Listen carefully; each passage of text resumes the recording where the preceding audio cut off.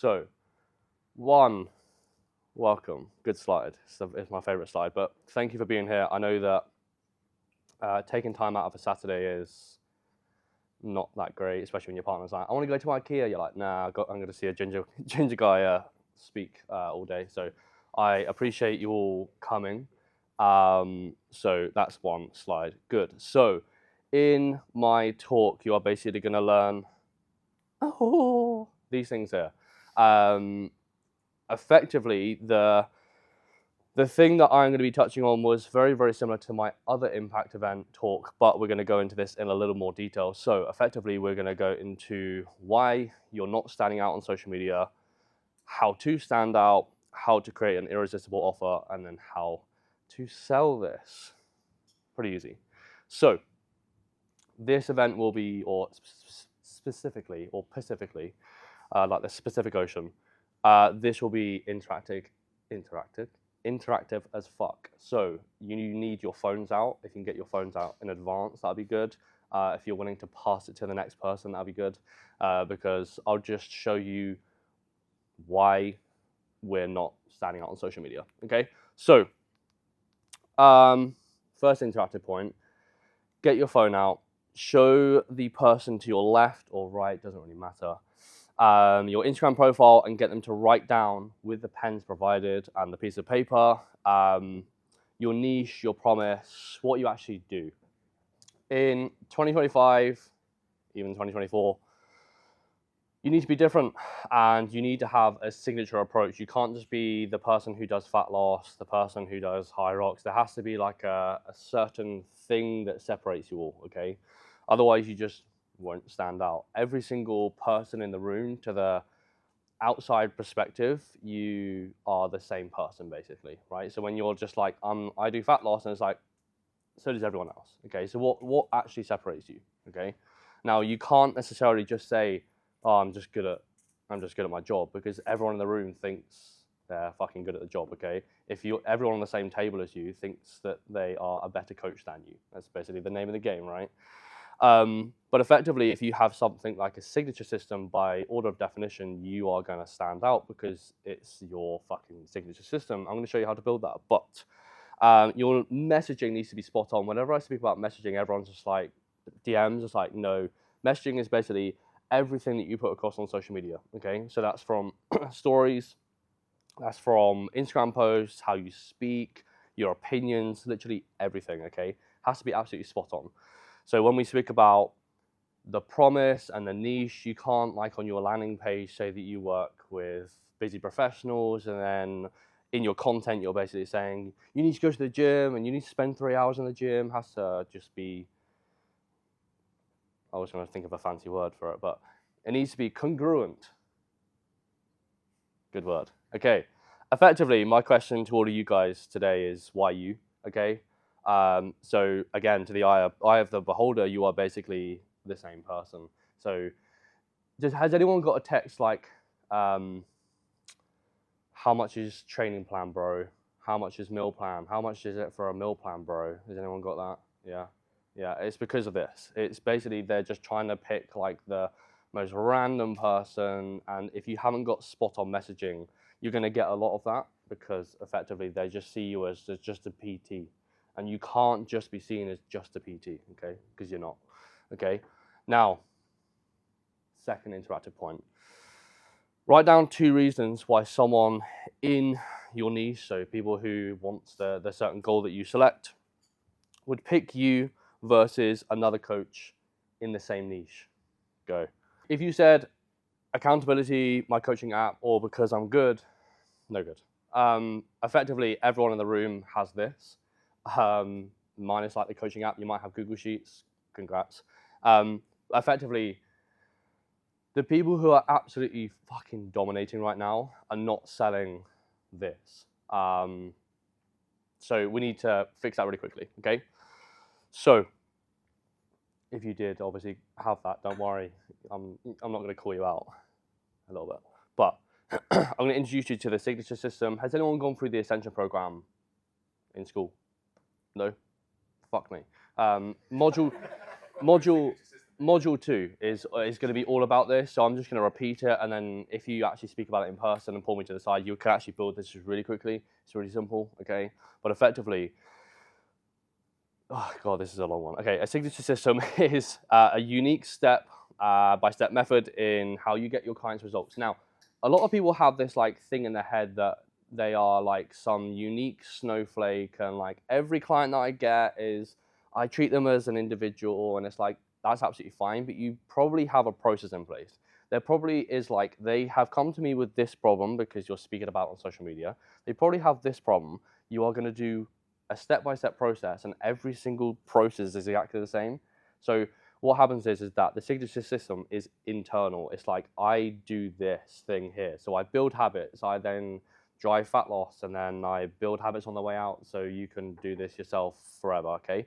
You probably all have that just subconsciously. You just coach people individually, and obviously people are individuals, so the way that you actually get the system in place is a little bit different. But from like a grand perspective, you coach your clients in the same way. I'm sorry to say it, but that's the reality.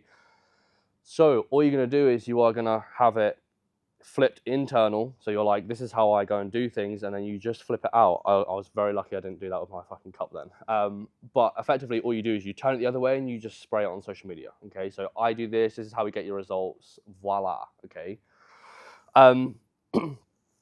It's how you coach. It's your own process that nobody else has. So if you have your own method, even if you name it something different, it looks different. So people are just like, oh, what's this sexy little method? You're like, oh, it's just the same as what I normally do. I've just named it, okay?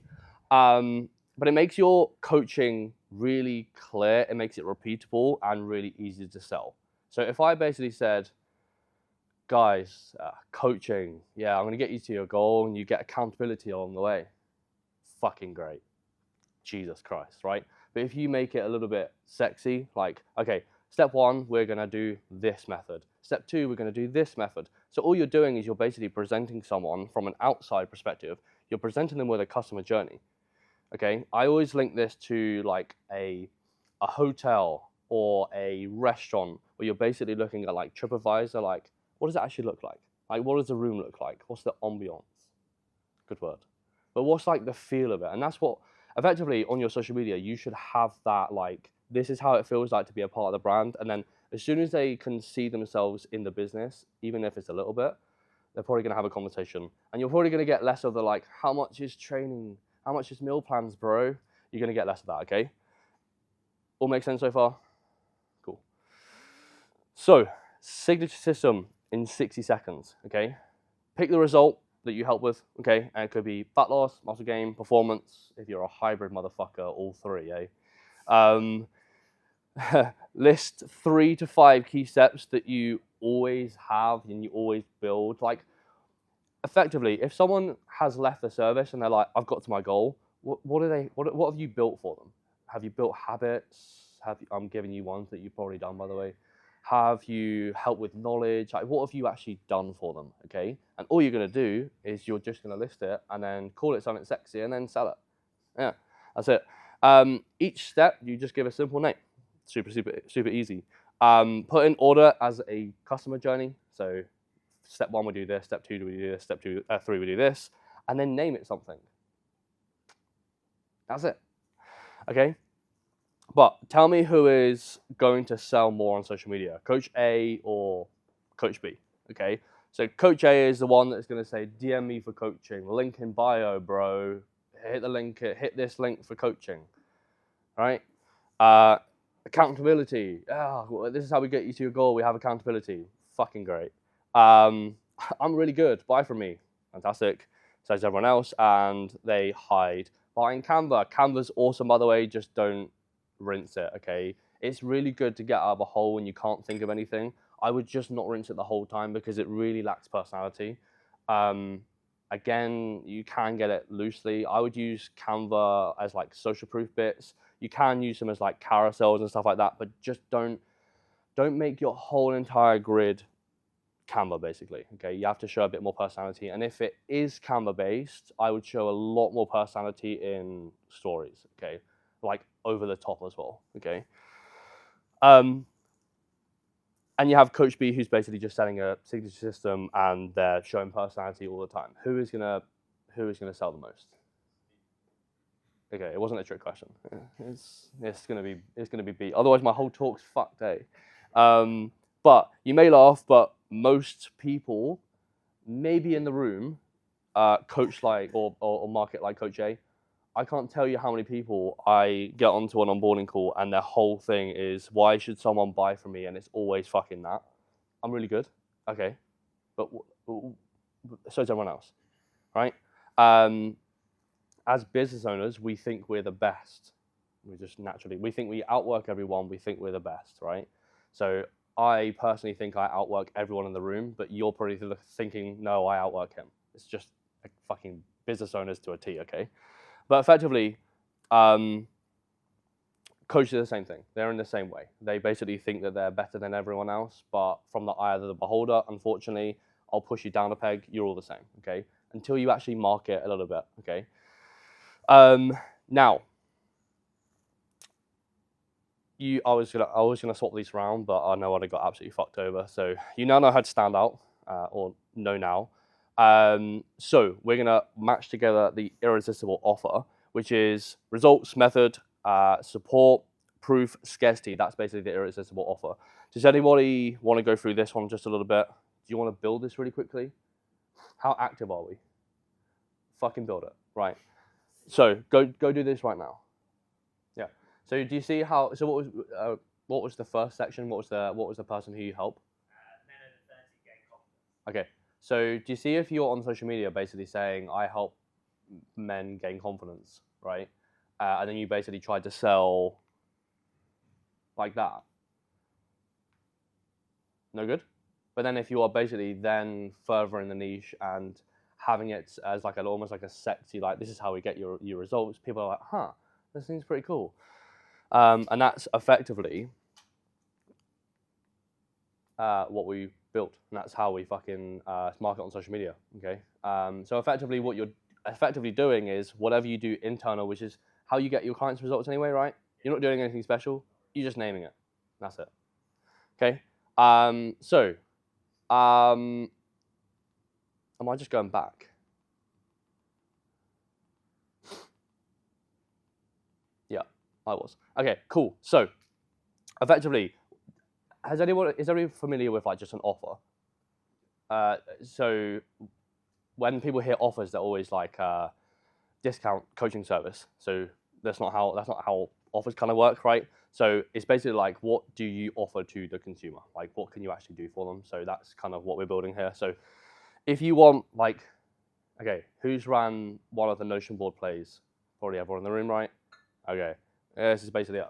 Okay, so this is effectively like a full X-ray breakdown of how I build everything, how I build every single Notion board you have. Okay, so effectively we have to sell a result. Okay, so the result and the promise is I help you do this thing. So one of the biggest things with coaches is like, oh yeah, I help you lose weight, which is cool. But like if you're just selling, hi Chris,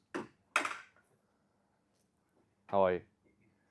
But there needs to be like a hard rule, like I get you this result. Okay, so if you're like, I get you this result and we do it in a sexy manner, sexy way, then people are going to turn heads. The only thing you don't really have and you need to consistently work on is like the scarcity situation, because you'll get a lot of silent buyers. Who watched the training on Wednesday? Yeah, that was basically going into that. Okay, so how can you basically get someone to move off their seat? Because all they're going to do is just look at your thing and think, that's really cool. But then if you basically get them to be like, okay, but you have to move because of this, then people will start to shift. Has anyone run the price increase strategy in the room? How good is it? Fucking amazing, right? I know. But effectively, it basically moves people off the seat because everyone's like, I don't want to pay more for coaching. And that's basically that, okay? So if you want the most insane offer in the whole entire world, you have to have the result pretty much fucking just consistently in someone's mind, okay?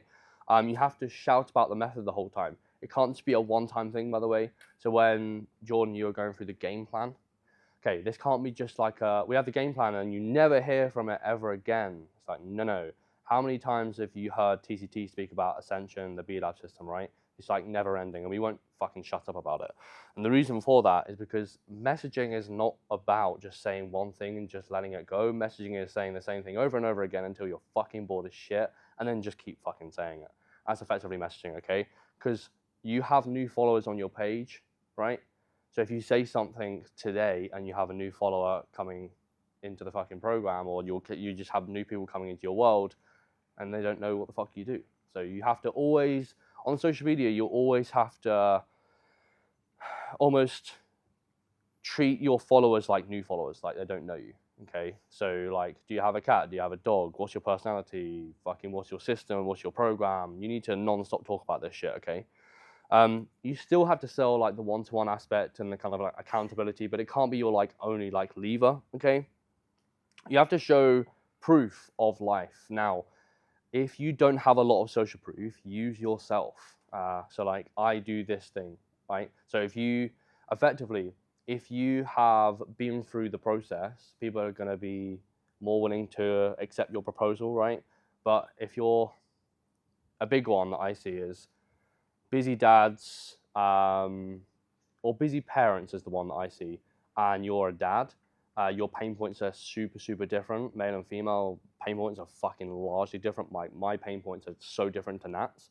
But what happens is that they try and sell, oh yeah, I'm a busy dad and I went through this thing. You're selling proof of life to one person and one genre, not the other person. Anyway, you have to show proof of life, so you have to show you're good at your job.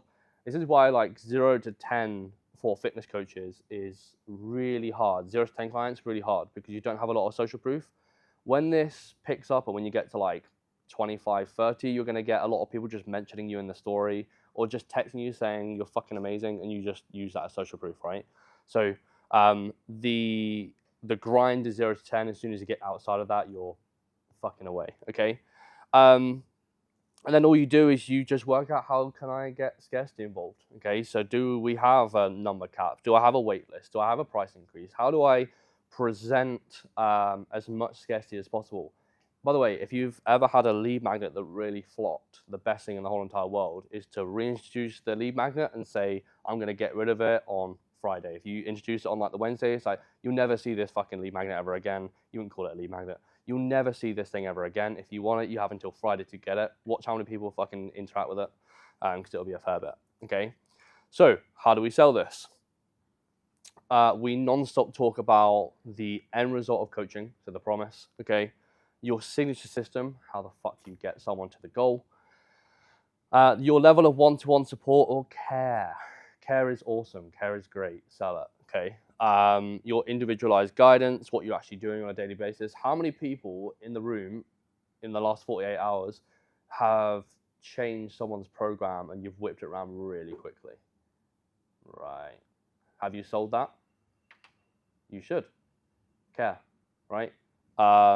It's like the other day I reviewed Chris's sales call. Literally went into his Fathom, reviewed everything, made a loom about it, and then instead of just being like, it's internal, I will go on social media saying I fucking did this because it shows care. Sell care, okay? You also have to plug like how limited spaces are, or just have some sort of like scarcity. Now, don't fucking say I've got 5 people and then run that every month, because that's just not going to work. It'll work insanely well once.